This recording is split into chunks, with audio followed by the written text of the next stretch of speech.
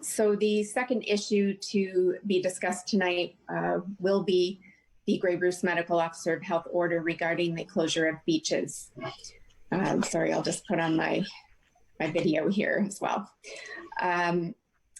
The order was issued just after 5 p.m. on Thursday with a deadline of 12 p.m. Noon on Friday to complete the actions required of the municipality within the order.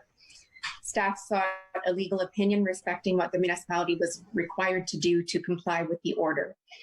The order specified 3 actions with respect to any real property that the municipality controls, occupies, or is in charge of that contains a beach or shore, which includes any point of entry to the beach or shore, and each of those being a premises. So the order required us, number 1, to close the premises to all persons excepting only law enforcement personnel, public health employees, emergency medical response and rescue personnel, and persons employed by the municipality who are acting in the course of their employment duties. The second thing that we had to do was to placard the premises, giving visible notice of the closing of the premises at each point of entry, including a statement as to the liability of persons for trespass during the closure.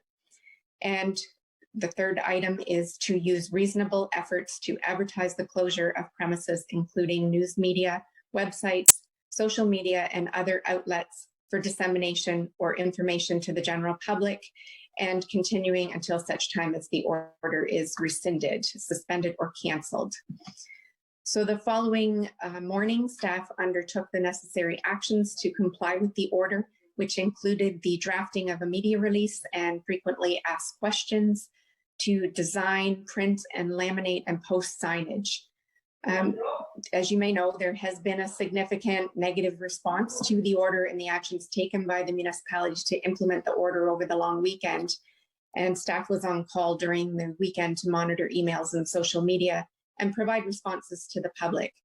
Staff was advised that the messaging from the Grey Bruce Public Health Unit information line regarding the actions taken by the municipality to close boat launches and the marina was not required by the order. Staff sought clarification from Dr. Arra yesterday. However, he is in attendance this evening, and it would be prudent to let Dr. Arra speak to the interpretation of the order. So I thought that would be a preface to Dr. Arra's discussion and presentation this evening. Okay, so we will now welcome Dr. Arra for his presentation. Thank you for coming at the start of our meeting, Dr. Arra. And as you know, as our medical officer of health for the Grey Bruce area, you are to give us guidance during this health crisis. It's part of our emergency management, and we thank you for that. And appreciate you taking time to come to one of the 17 lower tier, I think it is, or how many? We have 17 lower tier municipalities. So I'm going to turn it over to you, Dr. Arra. Your Worship, Council, thank you for having me. If I may, Your Worship, answer the request regarding seasonal parks. It was mentioned. With your permission, I would. All right, so that suits me just fine. Certainly. So the seasonal park closure, campground closure, is not an order from the health unit, just to clarify that. It is an order from the province, was lifted by the province. The authority of the medical officer of health would be if the municipalities require tightening that order to increase on it, to build on it, but not to reverse it. I would have zero authority to reverse it, just to clarify this. The announcement from the Premier came out last week, and there was regulation that came a day after. So within that day, there was uncertainty about answering these questions, and the role of public health has been to interpret or to provide the regulation to private operators or to the municipalities. And the caveats, the condition for opening campgrounds has been more or less any campground that's available for trailers and recreational vehicles. it has to be permitted there should be a permit for full season.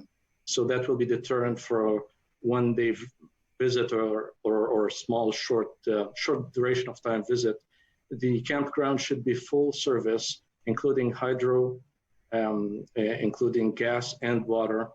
And the campground would be open except for the amenities and facilities that there could be socialization. And these regulations, again, they're not from the health unit. Rather, we help in providing interpretation to different stakeholders that need it. And I'll be more than happy to answer further questions on the subject. Regarding my update and the reopening plans and the order. So those are the three subjects I would like to provide information on. And I'll be more than happy to answer further questions after. The situation in Grey Bruce is as the medical officer of health for Grey Bruce, I continue to be concerned. Although the update I'm going to provide is relatively positive, relative to other parts of the province is very positive, exceptional results. We have 0 cases for the past few days, an average of 1 case this week. The total cases are 90, and we have 0 death. We have 0 death in Grey and Bruce related to COVID, and that's not the case in any other health unit I know of. And we have 0 facilities, long-term facility right now. We have a total of 2 long-term facilities with outbreak that both of them were declared over the past couple of weeks. And again, 0 hospitalization and 0 death for the group of us that is most vulnerable. And that is a success. That is exceptional success. And I can attribute it to 3 main stakeholders. The public, by far, has been very informed, is very concerned, but not afraid. And they followed the recommendation was provided by the public health and the local government, provincial government. And this is a stakeholder that did the heavy lifting for us to enjoy the relatively positive results. There is nothing to enjoy, probably that's not the most appropriate term, but to celebrate the results that we have.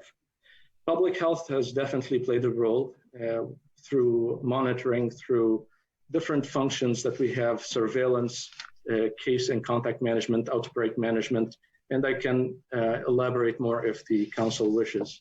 The third stakeholder is the political commitment to health and all policy. The political commitment by political leaders, people around this table, have contributed, in my assessment, more than what public health has. And I can give many examples. One of them is having the recovery center put together in exceptionally short period of time. Like we know a process to use a property of the municipality, Arena in this case, would take multiple meetings with presentations and different options and voting, and that bureaucracy is well needed. And it allows us to have the system that we have. In the middle of emergency, the local political commitment had allowed to cut through that bureaucracy to allow the utilization of the marina to be a recovery center for COVID beside the hospital. And it is an insurance policy that all of us wish not to use. However, if we need it, it will be there. Again, that's an example where political commitment from this table has allowed something that would take months to be approved within a day and to be implemented within days. We have a very positive situation at this point. However, the emergency is not over, and we look forward, and I would opening plan. Dr. Arra, I'm having trouble hearing you right now.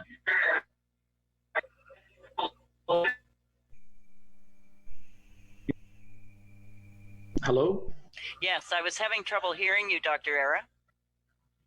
Should I be calling through phone as well? It sounds better right now, but if we have more troubles, maybe you can call back in by phone, but just try it once more. It's better now. Yeah. Certainly. So this relatively very positive result, as I mentioned, comes from 3 main stakeholders. public health, local political commitment, and the public.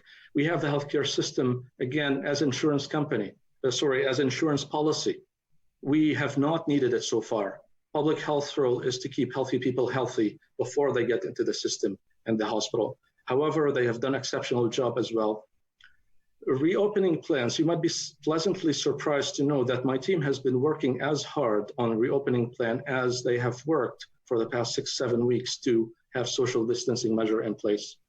And these reopening plans, by definition, they have certain principles. We have produced a few documents, one of them, the plan for reopening Graham Bruce, and it's a living document that we add to it through input from the different sectors of business, from municipalities, from the 2 counties. And we have developed a checklist for each business or subsector to realize what they can do to modify in their business to reduce the risk of transmission when the direction from the province comes into place. And it is important to know that we need to, that's one of the principles of this reopening, is to have it in a unified way throughout the province. And the reason is, if we have relatively good results like we have, and we decide to move so quick and open our sectors, whether it's for retail or tourism, you name it, the health units around us or the counties around us that still have restriction, their residents will be coming to our area to do their shopping and to do their vacation. And in this way, we will be turning our area to a magnet for attraction of more people and potentially more cases.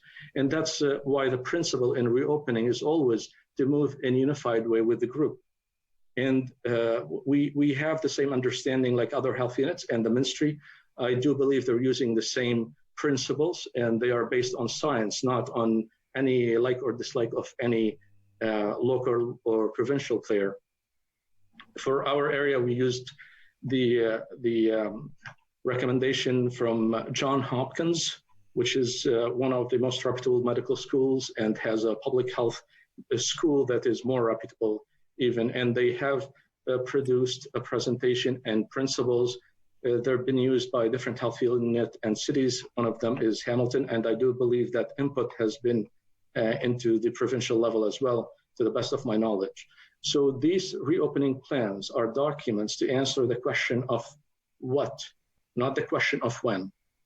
And by that, I mean, they would give a good idea what sector and subsector of activity or business will be opened first, which one would be opened last, but not the exact date when they will open. The exact date will be decided as we go based on certain indicators. Some of them is the number of cases, some of them the capacity in the healthcare system. And these indicators will be monitored by public health locally and provincially. And we will have the first decision or the first ignition of the decision to say, we can move now. The decision is to open or to close is definitely the political leader input. It is not public health. We are just one person around the table. We provide the medical advice. We provide the insight and the data that we have to allow decision makers around the table, yourself, to make that decision. So with these plans, opening plans, we have different input. One of them, you might be, again, I would explain it, it's not very intuitive. Closure of beaches goes line in line with reopening. And I'll touch base at it after talking about the order itself. With the background we have 0 cases, zero death related to COVID. We have, as you know, population in Graham Bruce, 166,000 people, with an increased population in the summer, sometimes over double the population of any area. In this big population, there are three subpopulations that I would look at. One of them is the resident, the other is the cottager, and the third one is the one-day visitor. The first 2 categories are the fabric of Graham Bruce, and they are resident more or less. One of them is the full year, some of them are less. We do know that there was compliance to the recommendation from the government and public health, And this compliance led to the positive results that we have. I have no reason to believe that cottagers who will be coming forward in the weeks and months to come would not have the same compliance going forward. They probably will have already the same recommendation from other health units. If not, we can target our communication to this group. The subpopulation that concerns me the most is a one-day visitor. By definition, they arrive today, they leave today or tomorrow. And as you know, most people would come for attraction and beaches, and it's the last thing on their mind to read the health unit website or listen to the medical officer of health advice. And if they did by any means, if we were managed to reach to them with a recommendation that we need, by definition, tomorrow will be gone. So as a deterrent for this subpopulation, closure of beaches for a short period of time, doesn't have to be more than 2 weeks, would send a message to people across the province who might end up here as a one-day visitor, that this area is not open for business. This was not the like or dislike of myself. It's based on input I received from the mayors, from local political leaders, from the public, from different input channels. I meet with chiefs of police, fire, and ambulance. I meet with different stakeholders around the table, and the collective opinion I received and I looked at would justify a public health intervention, least intrusive, of 2 weeks or so to send the message to different parts of the province of the closure of beaches. This is worth mentioning. It's consistent with the provincial direction. The provincial beaches are closed. They might be open for walking through, and this could be modified in no time for our local residents, for the cottagers, people who are here. It could be modified for water activities. It is with the input from the political leaders, yourself, and the public that any change would come forward. The order is not to penalize any resident not to go on the beach or to penalize anybody. It is a vehicle provided to the municipality to interpret their local need, to interpret the order to serve their local need. I know some municipalities have allowed opening boat launch. Others didn't when it's related to the beach, and others modified it to allow it for residents only. So all in all, the input I've received over the past 2 days after the weekend would speak to the effectiveness of this measure in sending the message that this is not open for business. The intention of the order is not, again, to cause enforcement of the order or to penalize anybody, rather an awareness campaign, quick and effective in sending the message that we can open for tourism when it is appropriate for the area to do so. And I mentioned midway in the presentation that this is in line with reopening, and I can explain why. We have, in the past 2 days, opened the province ordered opening the retail and the construction sector. Usually it takes 2 weeks, 2 to 3 weeks to monitor if there is effect of this. And if after 3 weeks there is a spike in cases, and if the scenario was the beaches are still open, it would be impractical or impossible to sort out which action caused the spike in cases. Reopening always happens in stages in the pandemic, because we need to release a couple sectors and observe for 2 weeks and see what's the result of this. There are 3 outcomes. One, there is a huge spike in cases, we reverse, or there are no cases, we proceed to the next stage, or we are not sure, let's roll it longer to be sure.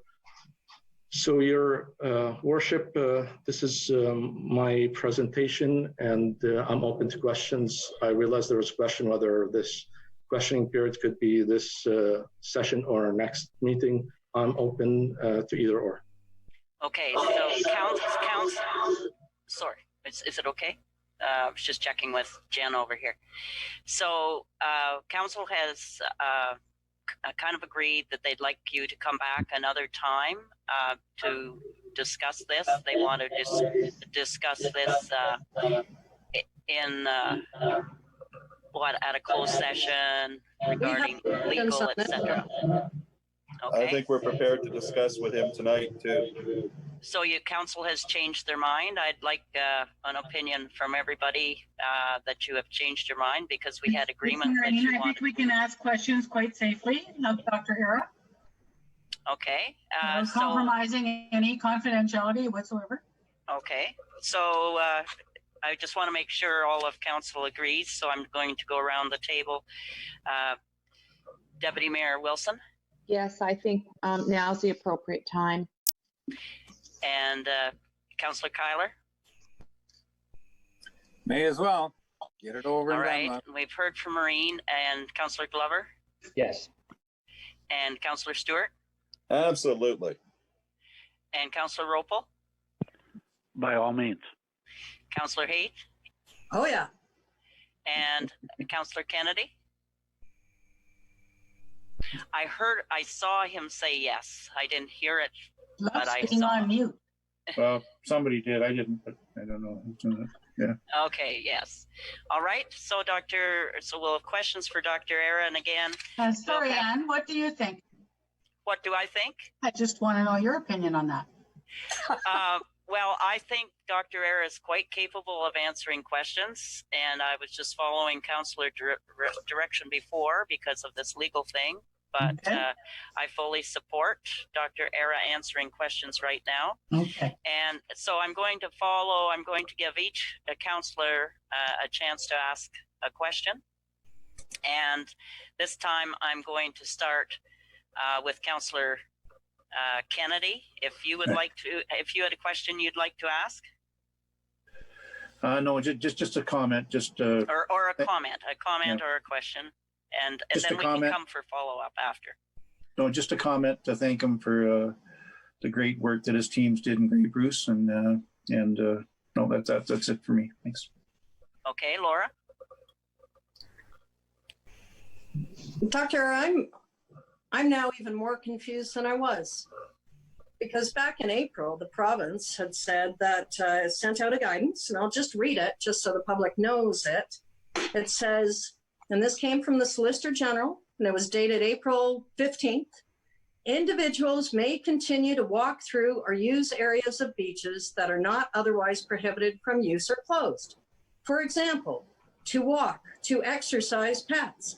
Individuals should be encouraged to maintain a safe physical distance of at least 2 meters from others. And so now we opened up our beach. We got that guidance. It was originally there. It was vague. Now at the last minute before the long weekend, giving our staff 3.5 hours notice at working hours, the decision is made to close the beaches. And I'll leave even the boardwalk and the marina aside. But why change from the provincial standard, which I also assume is based on science, to now a local standard? Now, my understanding, and you correct me if I'm wrong, was that local mayors were saying it will be more forceful, it would be better if you issued an order. What is the truth, and how did this process come to effect? And show me where in the order that we received on Thursday at close of business where any opportunity for discretion was provided. Thank you. Thank you, Councillor, for the question. You had 3 questions there. One of them is the direction from the province for closure of beaches with allowing walking. And that is definitely science, like you said, and we are consistent with it. We had the same recommendation about it. Reopening is a different stage. Reopening beaches in Toronto or other areas are different from reopening beaches in Bruce County. We know that our beaches, some of them would receive over a few thousand a day. There is a beach in Sawwell Beach, I heard over a weekend, long weekend, it received 10,000. So at 10,000. Just no, Laura, let Dr. Arra talk. You've had your question, and I want everybody to give their opinions. Point of order, and then and you before don't we need have to comment on follow-ups. everything. No, I am to chair it. So Dr. Arra is speaking, and I said the process. I have, as chair, the process. don't worry, Dr. Arra will stay to answer further questions, but I want to make sure everybody has a chance to comment or ask one question first before we have follow-ups. So That's fair enough, but I think if Dr. Arra wishes to debate Councillor Haight on something, that he should be permitted to do so, and she should be permitted to ask him questions. well, I just want, It's time for her to have the chair and Dr. Arra to answer the questions. I agree with that and support it. I have the process is just let Dr. Arra talk. Don't interrupt him. Okay, so let's go ahead. And yet you interrupt us all the time, Ann.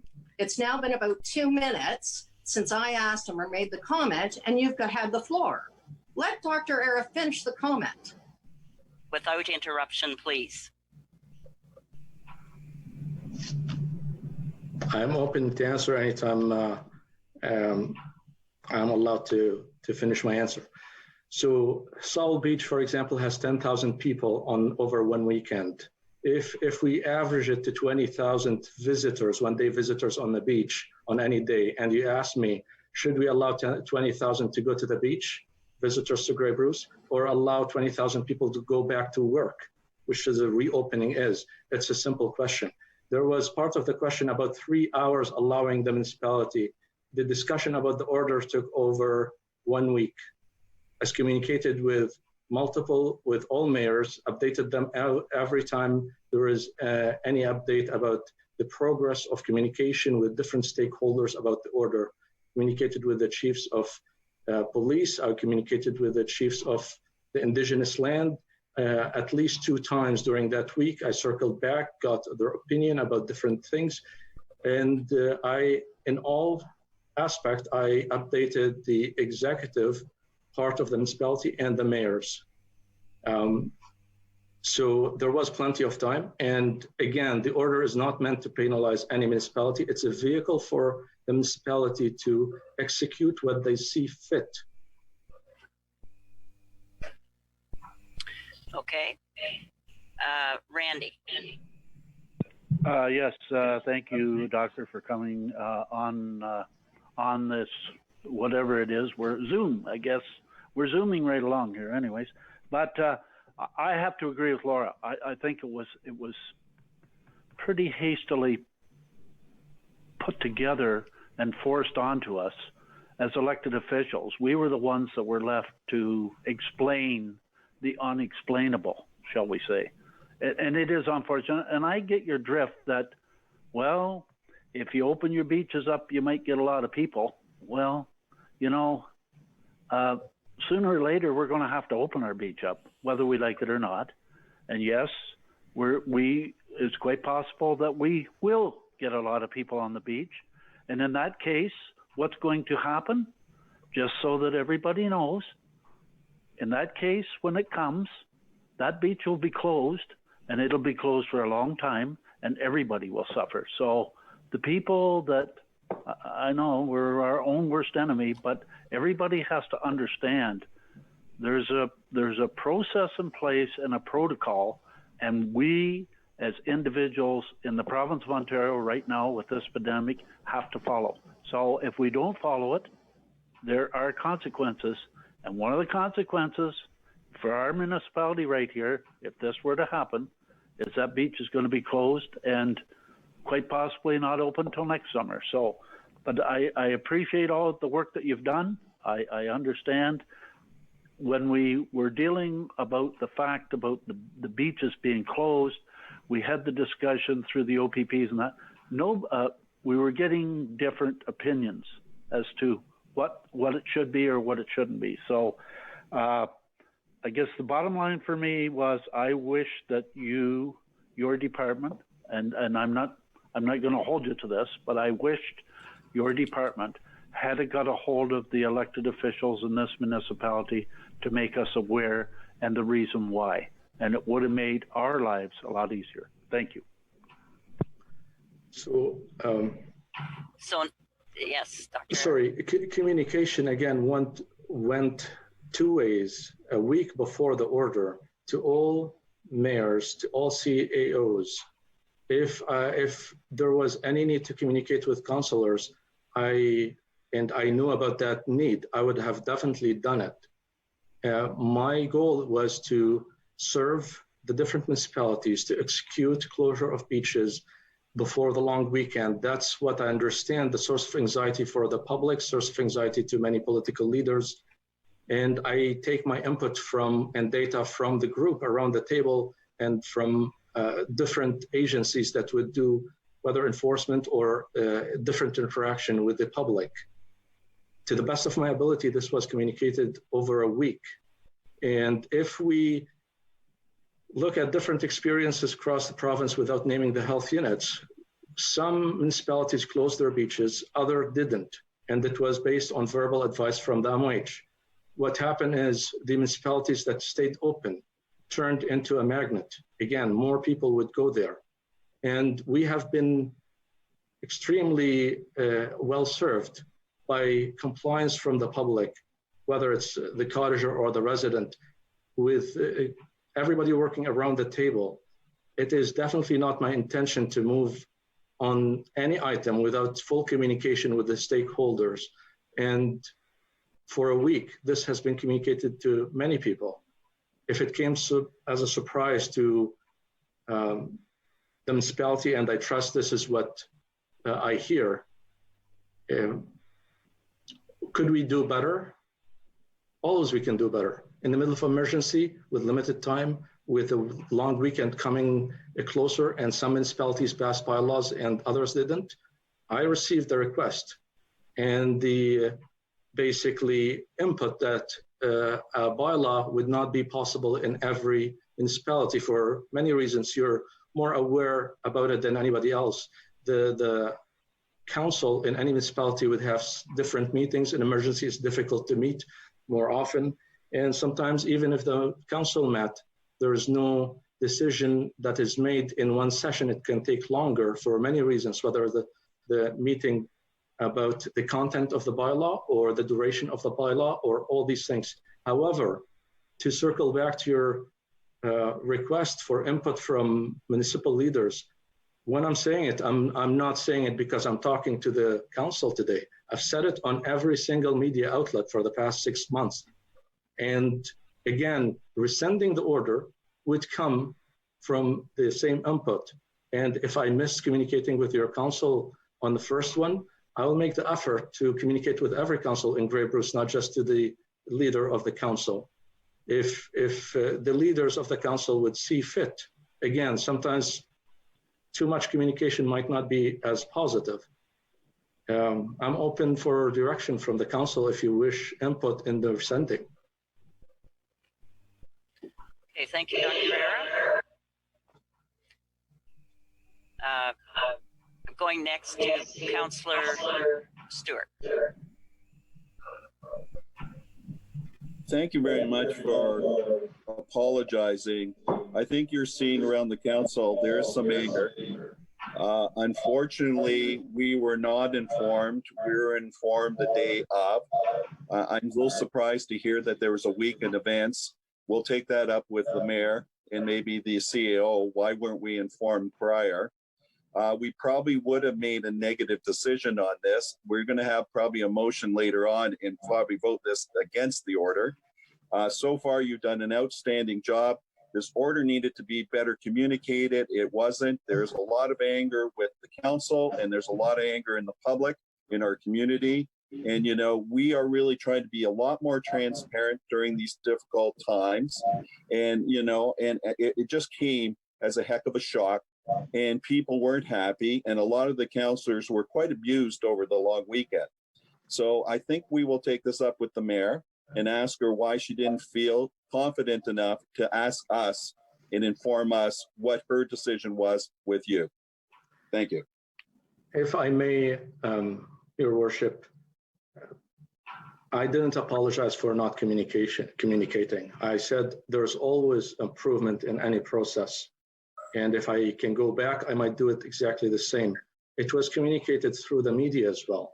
I spoke to at least 2 media outlets, and I know that Mayor Edie was speaking to the media as well as early as the weekend before the the order as a report from my media specialist. I didn't read the article. I do believe the council is well served with a very strong leader, Mayor Eadie.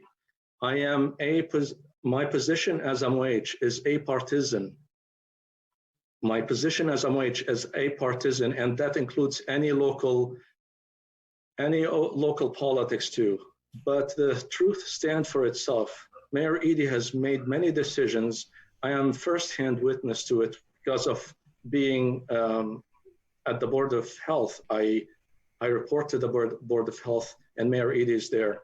And I've firsthand witness to many decisions that are led by principle and leadership. And this one is no different.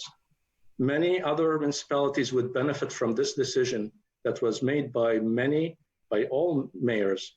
I got the response a couple of times, the feedback from different people, that this is the first time in their career that they saw all 17 mayors and 2 ordinances of the 2 counties agreeing to the same decision.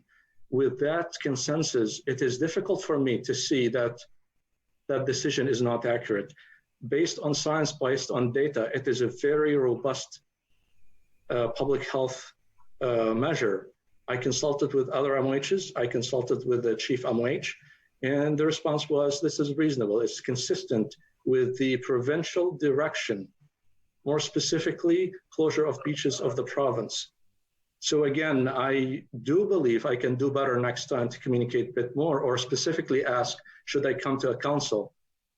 Just because it's on the record, I wanted to add that a bit more. Okay, thank you, Dr. Arra. I don't know whether Councillor Stewart recalls, but Sharon or I did mention it on the May 11th meeting that Dr. Arra was looking into an order regarding the beaches. But Okay. just wait. When we left on the Friday before, he had to consult, as he said, with other agencies. So that was all the information we had at the time. But I do remember it was May the 11th, and that we mentioned that an order, Dr. Arra was looking into an order. So that was that particular meeting. I just need to correct that. We actually had the meeting, and Laura and I were talking about we didn't really feel comfortable and support it. There was never any talk about an order. They were talking about beach closures, but we didn't talk about an order. And then beach closing could have been done 2 ways, one by an order or one by a local bylaw. We have control of that too. So I hate to tell you, but there's no reason why you couldn't phone up the Monday, Tuesday, Wednesday, Thursday before we got announcement from Sharon. It's unexcusable, sorry. Mayor Eadie, if I could just provide a clarification on my report from last week. And I do believe I forwarded those notes from my verbal report to the clerk. And I believe they're appended to the minutes.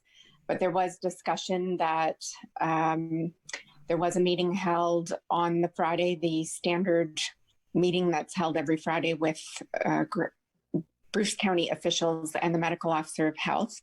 At that meeting, there was all of the Grey County officials were invited as well, the mayors, and there was discussion on May 11th around an order. We did state that the order would be happening last week. We didn't know exactly when, and we didn't know exactly what it was going to say, the exact language, but there was discussion at council last week that we did anticipate an order to be issued last week, which would close the beaches.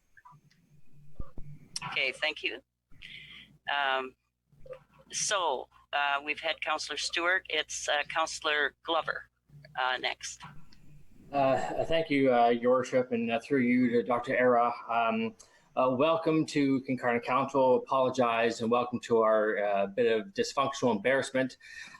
This certainly is not what you have been brought here for, in part. But what I'd like to maybe transition a little bit, Dr. Arra, is that there are a lot of well-intentioned people in the community, and I want to maybe get your position on, or if you are able to speak to the broader public's interest in terms of wearing PPE, whether that is homemade personal protective equipment, and the ongoing need to be vigilant, despite the fact that the numbers in Grey Bruce are quite low, and kudos to the public health unit for maintaining a zero casualty rate.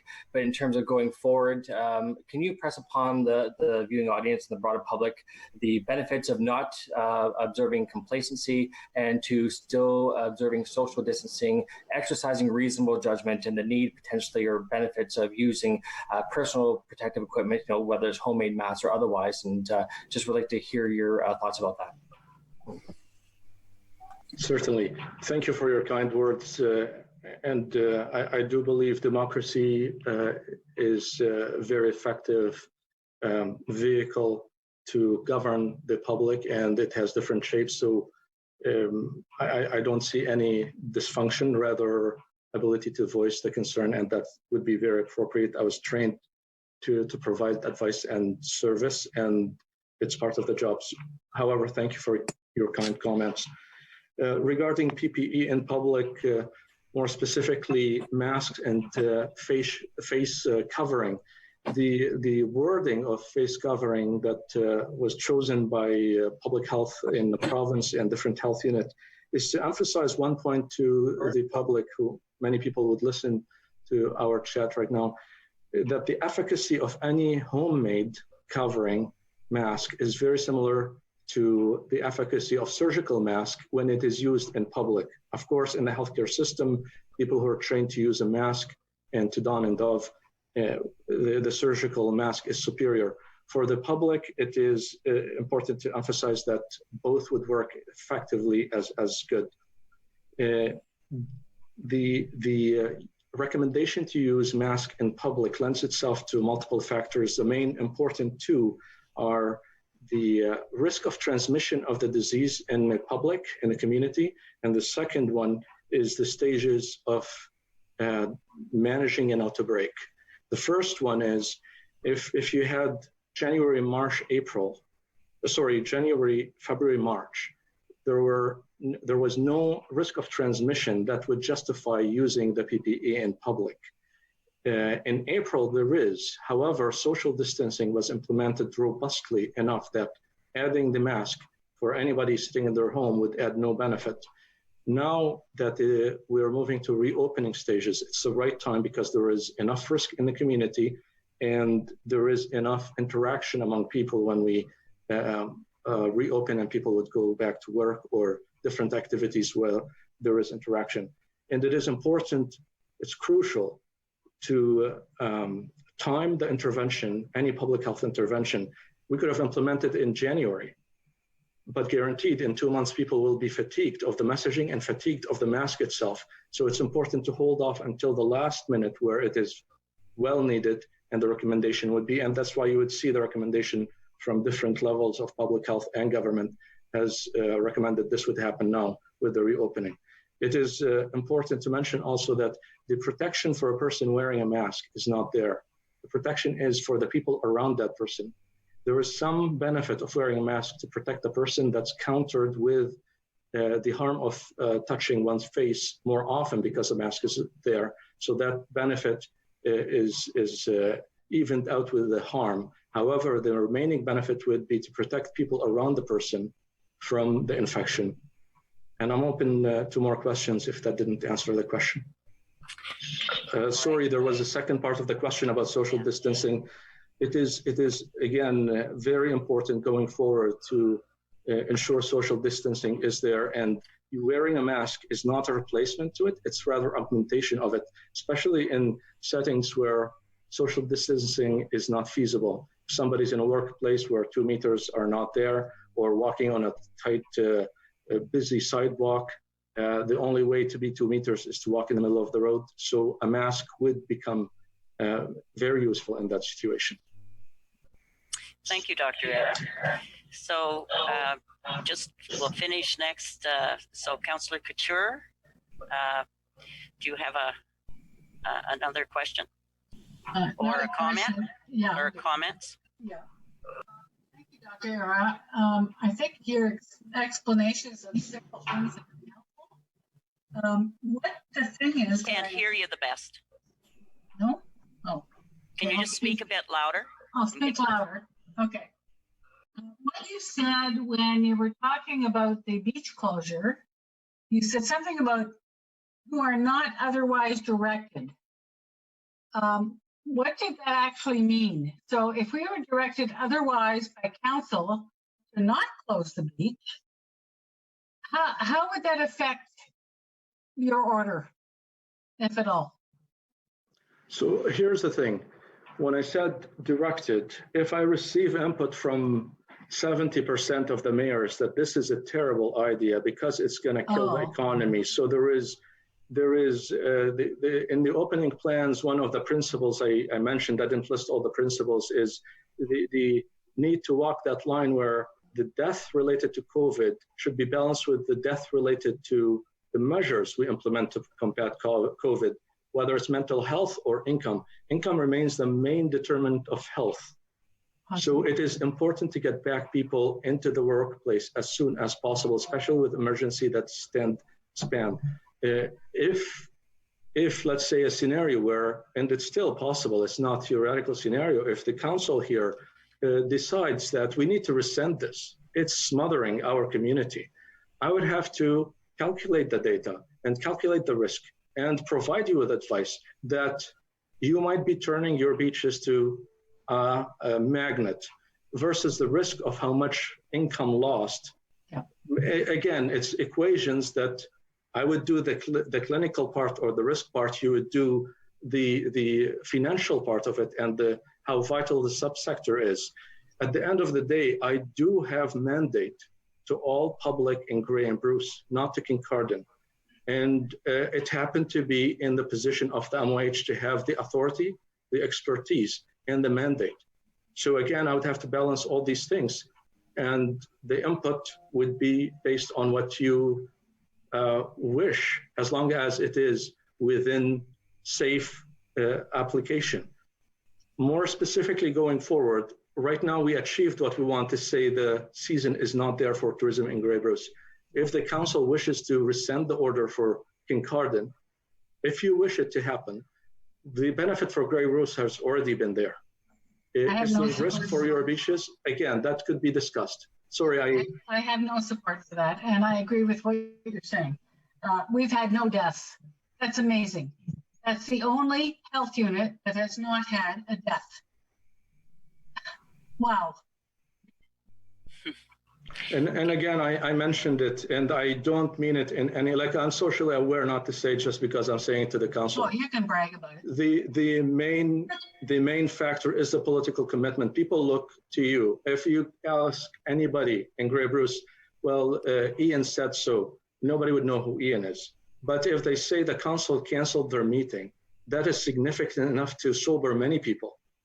And again, I do have authority in the position of MOH, not in my person. And I have the expertise in managing outbreaks. And this all component of the position itself is to serve your community, to serve your council. And again, as you see fit, and I'm open to be convinced otherwise, and people who worked with me would know that I'm not married to any decision, rather the decision would come from the data. Great, thank you. Okay, thank you. Councillor Kyler. Thank you. Thank you, Dr. Arra. I appreciate you coming. I'm just going to read an email that I got, though. And it's from a man who has done a lot since this pandemic started in helping people, helping the health unit actually do a lot of work. I'm not going to mention any names, but he called me the other day and he was quite upset that it wasn't so much the fact that the order was given, the beaches were closed, anything that took place. If it is an order, he goes along with it, whether he agrees with it or not. And that's what a lot of people do. And he's sent this to me anyway. He said, "Is somebody included in the class of this order? I have some questions regarding the order, specifically the reasons. He is upset that you didn't give enough information in the order to justify giving the order. It says, as per section 422, subsection 7, notes that the order is not effective unless reasons are set out in the order. The reasons stated in this order, although factual and absolutely correct, do not specify the reasoning for the closure of the beach. It says, for example, those reasons can cover any order the doctor wishes to take without specifying how the order will decrease or eliminate any risk. He could have used those reasons to prohibit the wearing of pink shirts without providing how it would help. As a person who has complied and supported all the actions that have taken place, and I have actually helped implement these actions, I am curious how I can convey the message and support the message when the message is so vague of the reasoning. Any clarity you can provide would be greatly appreciated." It's just asking for more explanation from the health unit. And I agreed with him because I had this all dumped on me too. So I was the one answering questions all weekend. And he was also upset. I talked to him after. He did not even get something as small as an acknowledgement that your department had received his email. He didn't want you to take the time out of your busy schedule to explain it all to him immediately, but he did want to know that you got it and you would look into it. He's a very simple man. He asks very little and he does a lot. That's all I wanted to say. Thank you. There are two parts to your question. The second one probably I'll start with. I have managed to have 0 emails in my inbox for all 60 days, past 60 days, except for 3, where it took 48 hours. And usually I would go to the external emails first to respond. So I would leave my internal people not responding to. I responded to an old lady from Chesley who sent me an email. I was just about closing my computer around midnight, and I heard an email ring. She's 77 years old, and she asked me about PPEs and other things. I could have left it till tomorrow. I could have sent it to one of my staffs. I looked at it and realized the older adult lady is anxious enough to write me an email at the end of the night. So I spent the time to respond to her, and I offered her a phone call if she wishes, and I asked her if she wants to add her email to the situation report. I take every single response from community, family, or individual very seriously. The first part of your question is about the reasons in an order. The public health preventative medicine training is related to a specialty similar to surgery specialty. It takes 5 years of training. It's accredited by the Royal College, and there is similar accreditation as robust is from the United States. I happen to be qualified on both. And I had during my training, longitudinal training related to how to work with the law, whether how to pass a bylaw in a municipality, how to pass a law in the parliament, how to be a good advisor to the council, and which junctures they would require the advice most often. So writing an order was definitely in the course of training. And again, it's probably worth mentioning that at the end, first the start of the training, at the end, there is a caveat: you're not a lawyer, don't pretend to be. Always seek legal advice. So these two things come together. Writing an order is something I was exposed to, and the reasons for an order is definitely a subsection of the order that if it was not included, the order would not stand legally. And that's my understanding from legal, including the legal I sought, the legal that the health unit sought for this order specifically. More specifically, I communicated with the Gray County solicitor, who is a prosecutor for Gray and Bruce, who was so accommodating and very kind gesture from Gray County to offer his time and from him to offer his expertise to support writing the order or to verify parts of it and how it could be best suited to help the municipalities achieve their goals. He also is working, or maybe he already finished, working on a template for a bylaw for any municipality to use if they wish. And if you look at the second page of the order, you would find a section called the reasons for the order are that. And I'm reading from it right now, looking at my computer, number 1, 2, 3, 4. Those are the reasons.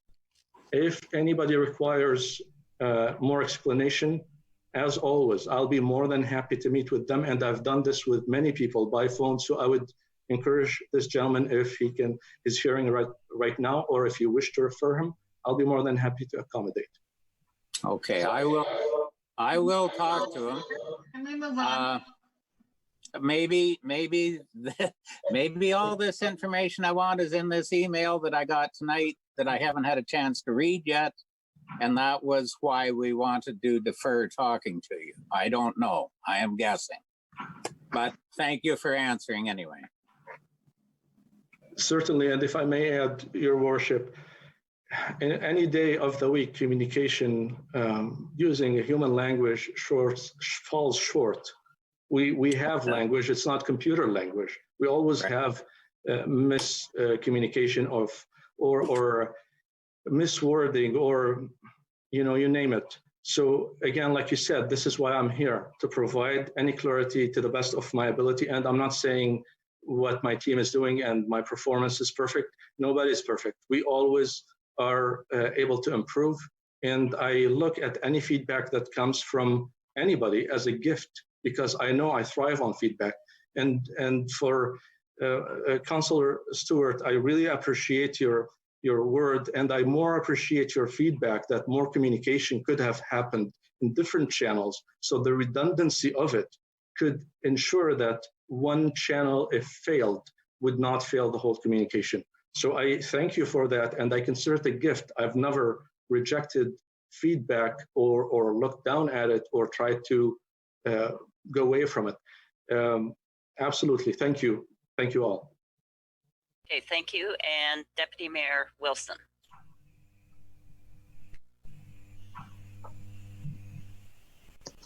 Yeah, so thank you, Dr. Arra, for coming this evening. It's been very interesting listening to your presentation and a number of the clarifications and responses to your questions. So I'm going to repeat what several other people have said. And I think, as we've gone around the table, I think there is a really strong emphasis, and it's been repeated several times, that there is a need for council as a whole to have input into these important decisions. Now, so saying that, I think we all recognize that everything happened very quickly last week, and this came down, and there was a lot of a timeliness involved. And, it's not, especially at the beginning of a long weekend, pretty difficult to get everybody together, although in these times it's a little bit easier.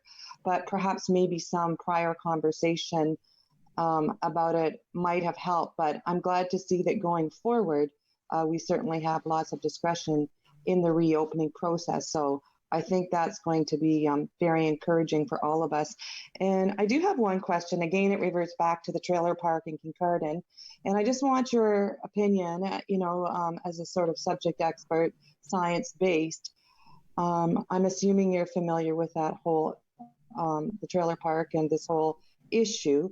If we get everything in compliance with the provincial protocols and guidance, would that, in your opinion, provide a safe environment for the people that are going to be there? So thank you for your comments and question. And regarding the comments, I always use think of analogy, and the analogy I think of is from the clinical world. Councillor Glover could attest to it, that anybody and any decision a physician would make would be based on consent from the patient. However, if there is emergency and somebody's bleeding and we need to trends. We need to operate for any reason. There is no time to ask for consent. The person is not there to consent. However, the decision after stop treatment goes back to the patient when they are available. And this is exactly the situation. There is, like you rightly said, there's emergency, there's limited time, and there was communication, but wasn't optimal. Like always, it wouldn't be 100% with redundancy. Next time we can do definitely better. Regarding your question, would you be just if you can elaborate a bit on the last part of it, please? I'm just wondering, okay, so we've passed a motion this evening to work towards getting a number of our facilities reopened. And of course, there's a lot of things that have to be done to reflect the compliance measures that have been issued. So with respect to the trailer park, I understand there's provincial protocols and guidelines. So if all of those are met, would you be in a position to say, well, I do believe that the health of the residents of that trailer park is protected and they will be safe? That's the question. So probably this is another example where communication cannot be, like too much is not enough. When I started the presentation, I said, this is really like you are overestimating my authority as MOH. I have no say in it. If by definition, if a campground or seasonal park meets the regulation, it is open, it's already open. Our role in public health, local public health, and this specific one is to provide advice, not to police, not to provide any restriction. It's actually a provincial order. So if there is any penalty, would go through different enforcement agencies. Public health is not one of them. So the short answer is they are open to as long as they meet these regulations. And there is no need for okay from public health altogether. I agree with the CAO's comment that with ordering to close, it was a one-day done deal versus the wording in the regulation, the municipality may open at this point. So it is, again, the decision is within the council's hand, not in the MOH's office at all. Okay, thank you very much. It is worth mentioning, probably not many people would know this. I've been advocating for opening the seasonal parks for exactly what Council Kyler mentioned, that if you put public health, health equity lens on anything, that's what we use. If people are affluent enough to have a cottage, they have their vacation, summer vacation, but if they're affluent but not enough, and they use trailer for vacation, more or less this order disproportionately affected them. So as MOH, I don't have authority to overturn it. However, I have the ability to advocate and actually have communicated with individuals who require the trailer for their own mental health. Somebody was recovering from cancer and having a trailer close to their healthcare provider in Owen Sound in one of the seasonal parks in Grey Bruce, not necessarily in Owen Sound. I made the argument that this is essential for their health. Again, you cannot overturn a provincial order, rather it's case-on-case basis. I advocated for people who have a summer job, students. So if they have, at the time the regulation said, if you have an address anywhere in Canada, you cannot come here. But this is really penalizing somebody who's 17 or 19 who's still living with their parent. So the way to think about it, if they have a driver's license with the address of the park, that would make it their only residence, and with all full conscience, they can make the statement to the enforcement agency saying, I don't own a house in Canada. And I made these exemptions or encouraged these people to have these things. And again, at the higher level, I have been advocating for this recent change to take place. Okay, thank you.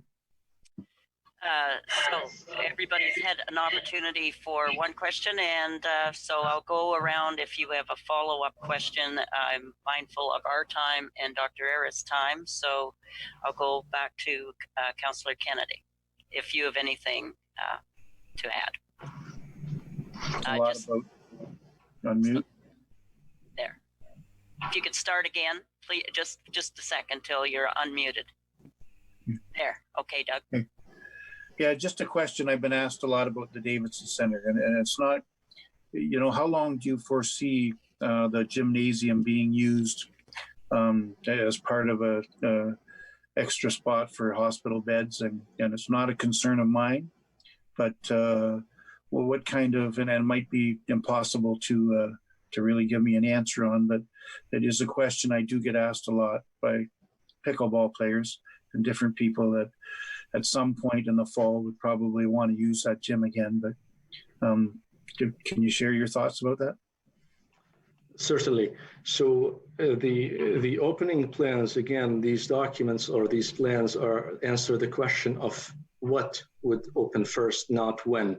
So for field hospitals that are used, that's how I would presume your question is about the arena or the gymnasium. So it's really depending on different variables. One of them, the number of cases and the control over the outbreak. And the second one is the capacity in the hospital to do their job without being close to 100%. These facilities, field hospitals or recovery centers, will be activated when the capacity in the hospital reaches close to 100%. So there will be another avenue, like an insurance policy, like I mentioned. So far, we have really good capacity in the hospital, is optimal. People have actually been less frequently going to the hospitals comparing to other times in the year.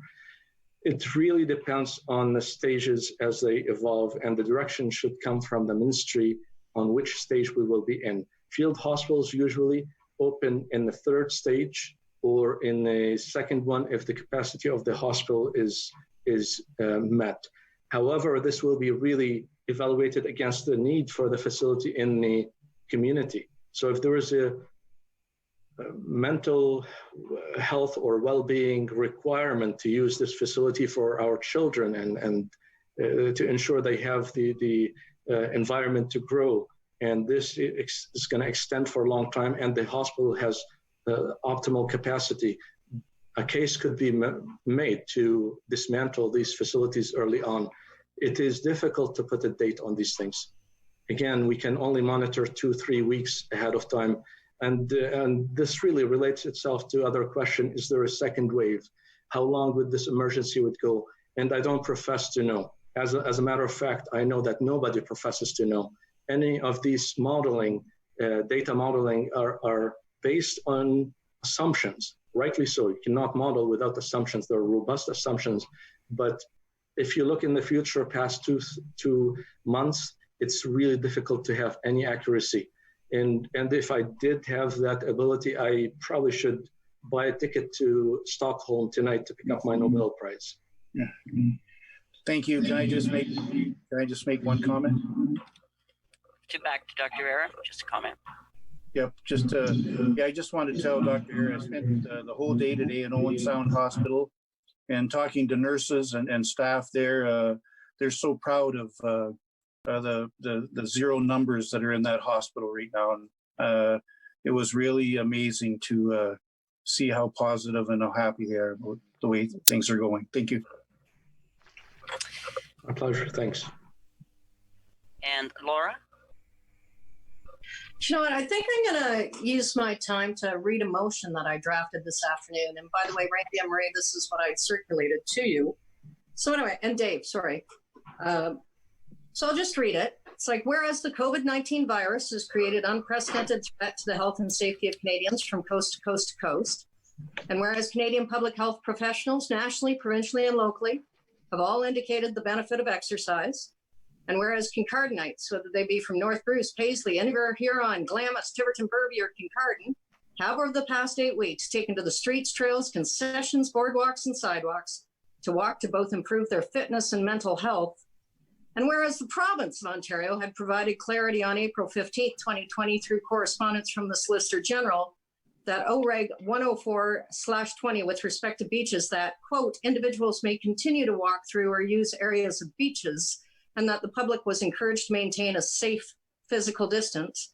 And whereas at the close of business on Thursday, May 14th, 2020, Dr. Arra, the Medical Officer of Health for the Grey Bruce Health Unit, ordered municipalities to close all premises under their control that is or contains a beach or shore ordinarily accessible to the public, and which includes any point of entry thereto. And whereas such order was to come into full force and effect at 12 p.m. on Friday, May 15th, 2020, and whereas such order went beyond that required by the province of Ontario with respect to public beach use, and whereas no further direction or explanatory notes were provided to the municipality of Kincardine, and whereas the municipality would be liable to monetary fines of up to $25,000 for each day that they were not in compliance with Dr. Arra's order, and whereas insufficient time was provided for clarification or consultation either prior to or after issuance of Dr. Arra's order, and whereas a plain reading of the order suggests all shoreline access points were to be closed, and whereas staff, after obtaining a legal opinion, determined that real property as described includes the beaches, boardwalk, and access points to the shore, including the marina, and necessarily closed same as required by the order. And whereas at no time was the Council of the Corporation of the Municipality of Kincardine consulted, advised, or given the opportunity to express their opinion on such closure. And whereas such closure had been considered by Dr. Arra as early as May 7th, 2020, and whereas the Mayor of the Corporation of the Municipality of Kincardine was aware of such order, was forthcoming, and had chosen not to advise Council at their meeting on May 11th, 2020, and whereas such lack of forethought to advise elected officials is both insulting to their position and constrains them from representing the public that elected them, now therefore the Council of the Corporation of the Municipality of Kincardine respectfully requests that Dr. Arra rescind his order of May 15, 2020 as it pertains to the municipality of Kincardine to allow council to enact a bylaw should they wish to close the beaches under their control. I'm done. So, Bill here, I'll second that motion. No, we're not having the motion. The question is to Dr. Arra right now. so as I explained before, this is really an order not because Dr. Arra wants to do the order for the sake of the order. This is based on consultation with many stakeholders around the table based on data, but not to penalize people from not walking on the beach. Rather, it's actually the opposite, to allow people to walk on an empty beach, not on a crowded beach with many people aggregating and potentially transmitting the disease to people on the beach and eventually people who would go to different communities, our communities, and other health units.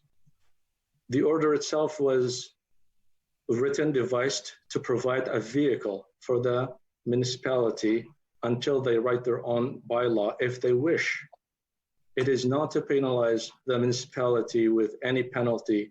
I will not enforce that penalty if for any reason, if a municipality decide to open their beaches. Again, that's not an issue that I would have to speak about for a minute.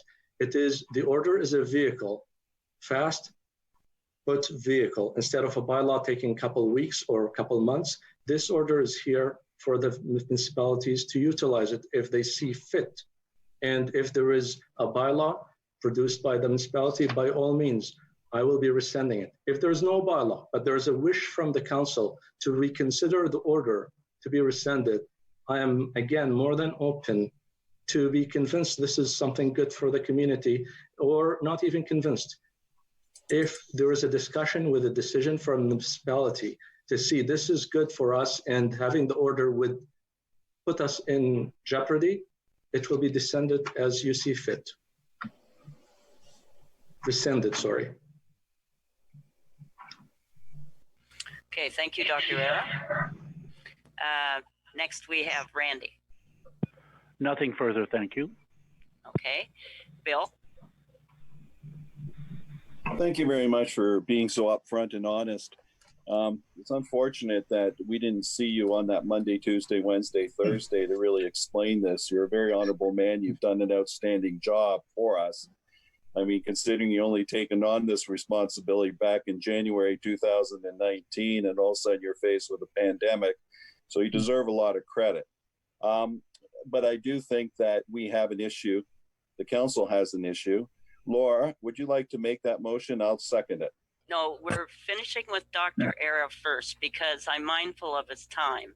Okay. Okay, so well, we'll wait and then make the motion later. Thank you very much, Dr. Arra. You've done an outstanding job. Thank you. Okay. And so I go to Councillor Glover next. Thank you, Dr. Arra. I just want to say, as an aside, I have a good professional rapport with Dr. Arra. We go back to when there were Lynn days, and I know in terms of your work ethic and your high sort of moral standard in terms of excellence. What I have to put on and remove myself from my day-to-day job is sort of some of the circumstances leading up to this, and it is a bit awkward. And with Dr. Arra removed, I do view the medical officer of health in terms of his role, in terms of updating heads of government. So parking that, I recognize that the head of government has to also recognize that we are only one voice. We are one council, and we do not speak independent of each other, but we are interdependent on each other, in that any decision that's going to be publicly made, we have to all be on the same page and aware of. And this created a huge awkwardness in the municipality, and I do not fault public health. I do feel that there were some conversations maybe that have occurred with some of the mayors to preclude some cottage country folks from traveling to this area. That being said, putting on a council and or primary care hat, recognizing the social detriments of health, recognizing the advantageous benefits of people getting out to social distance in terms of exercising, having a fresh air on the beach, maybe paddle boarding.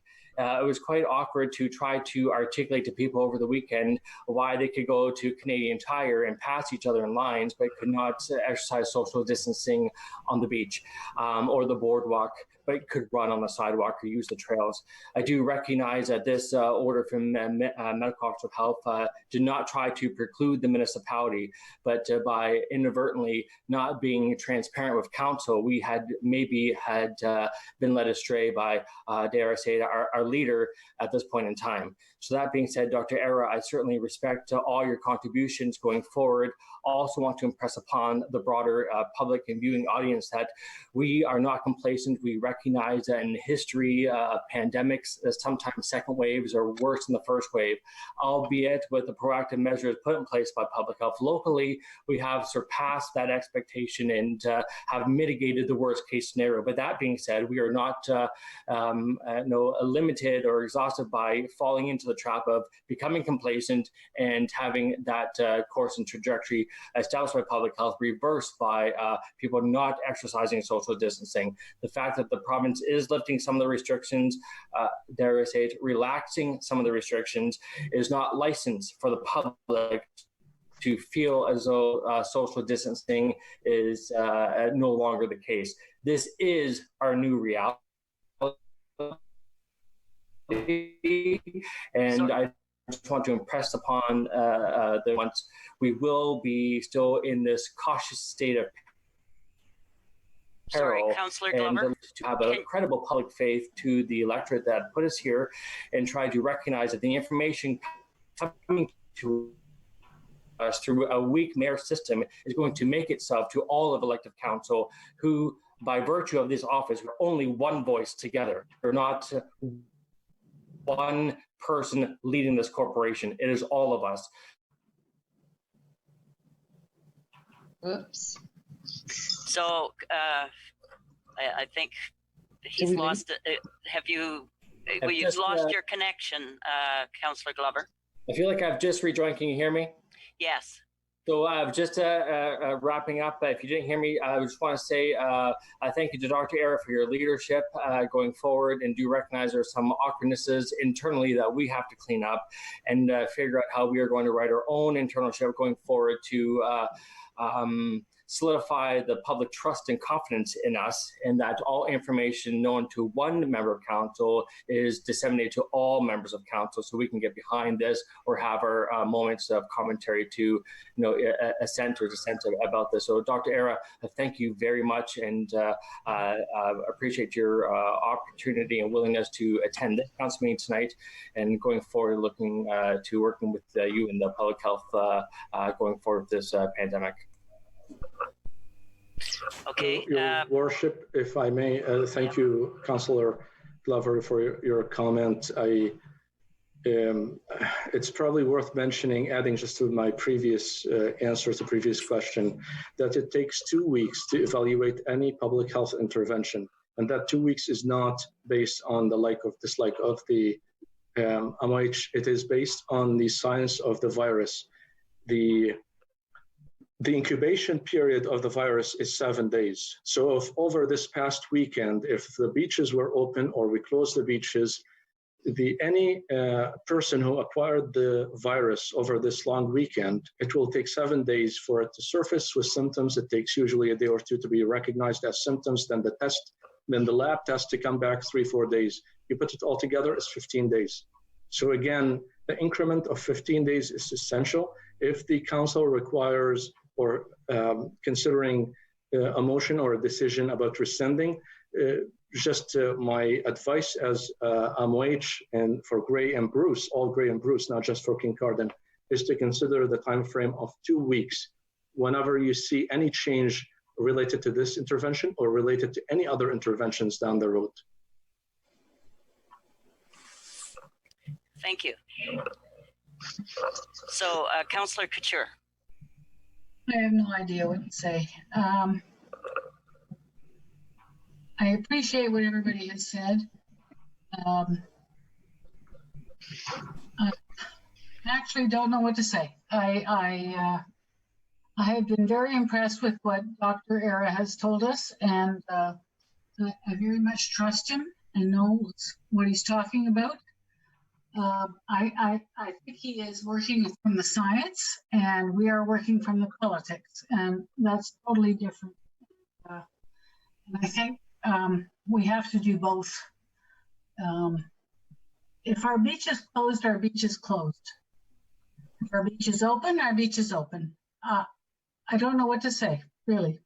I'm sorry. Okay, thanks, Councillor Couture. And Councillor Kyler? Is he Councillor Kyler? Did you have anything more? No, I'm finished. I did answer you, Anne, but I was on mute. Okay, all right, thanks. And Deputy Mayor Wilson, did you have anything more to add? I don't have anything to add. I think there's been a really thorough discussion, and I really appreciate Dr. Arra's presence here this evening and a lot of really good clarification and good questions. And I think it was a very productive session. So thank you very much to everybody. Okay, just before Dr. Arra leaves, I would like to say something to Council. So we are under a declaration of emergency. I have worked hard with our staff. I want to thank all our staff so far. I don't know whether you realize the hours they have put in to do things, and it changes sometimes every day. So I want to thank the staff, especially for that. And our CAO, Sharon, I am disappointed to hear that you feel you haven't been informed, because I know Sharon, after a long day, and it is difficult to manage an organization from home. We're not here. Things had to happen fast, get home. There's been a whole history. But I think Sharon has given you, our CAO, has given you an update every day pretty well. And she has included in it information and links to other areas. And as she said, on May the 11th, she did report on our Friday conversation with all the mayors, and Dr. Arra did go ahead and consult other organizations, legal, whatever. But on Monday, we just were able to report that that's what Sharon said before. That was all we knew. It's Dr. Arra that writes the report. And according to our emergency management, if you want to read that section, which I'm sure most of you have, we are to follow the leadership of and expertise of our medical officer of health, our local medical officer of health, during a health crisis, whether it is whatever nature, an epidemic, a pandemic, some other, like the Walkerton fiasco, etc. So, and as a head of council, because as Dr. Arra mentioned, and as you must know, sometimes that's why in a declaration of emergency, they give the head of council some authority to take some action and makes even orders as he or she considers necessary to protect the property and the health, safety, and welfare of the inhabitants of the emergency area. So I wasn't perfect, but I took the health and safety very seriously when I could have called a special meeting of council on that weekend, but I wasn't sure I could tell you much more other than what we told you Monday night. Dr. Arra did need some time, and because he's very thorough, as you know, and he had to ask other organizations, and yes, it would have been nice if we could have had it Monday. Would have been nice if we could have had it Tuesday, but it took until Thursday. So this is uncharted waters. We are all going through it, but I have been on many calls with our premier, cabinet, other experts, and so I think all levels of government from the political side have done a very good job, and I think we have very good leadership at our local level and at the provincial level in medical expertise, with medical expertise. So that's all I'm going to say. But before Dr. Arra leaves, I would like to express my appreciation to you for all your guidance, and I have heard your qualifications before, but just so the public knows your qualifications and for your medical expertise, I can't remember them all. Could you just list them so that the public will have confidence? Because honestly, until we have a health crisis, a lot of people aren't aware of our local medical officers of health. Certainly, Your Worship. So I carry a license for medicine, then 2 years of master's in epidemiology. These are the certificates or the qualifications related to public health. I do have 5 years training in public health preventative medicine. Like I mentioned, that's a specialty related to the practice as MOH or different levels in government as a consultant in public health. I have the board certificate from the American Board of Preventive Medicine and the Canadian qualifications equivalent to it, which is the Royal College of Physicians and Surgeons in Public Health Preventive Medicine.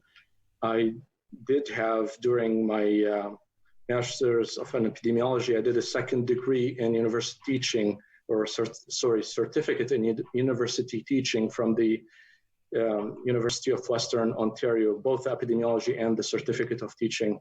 I do believe that I would use the last certificate in university education as a tool of communication or skills of communication related to public health more than any other technical qualification. Any public health intervention requires the technical ability to analyze data and implement a measure, but at the same time, parallel to it, to have the communication, whether it's the public or different stakeholders. Again, I do appreciate the feedback that more communication could have happened to every councils. Again, with the information at hand and the limited time in emergency, I wonder if it would have been feasible or doable. I will strive next time to do better. There's always room for improvement.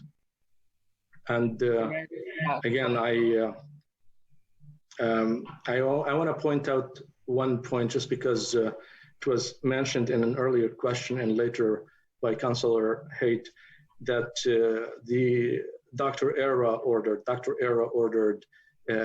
an order, and there's 25,000. Not once in my entire life, before or after today, writing that order, I would relish ordering a municipality that I am hired and appointed to serve. Literally every dollar that comes to the health unit to pay my salary, and it comes from taxpayer money. That's my first loyalty, but also comes from the municipalities and the ministry. Not once writing that order, the goal was to penalize a municipality, not even in any wildest dream. Again, it's a vehicle to be used by the municipality if they see fit. Thank you, Council and Your Worship. All right, thank you, Dr. Arra. We've had a good discussion, and thank you for coming tonight. Thank you.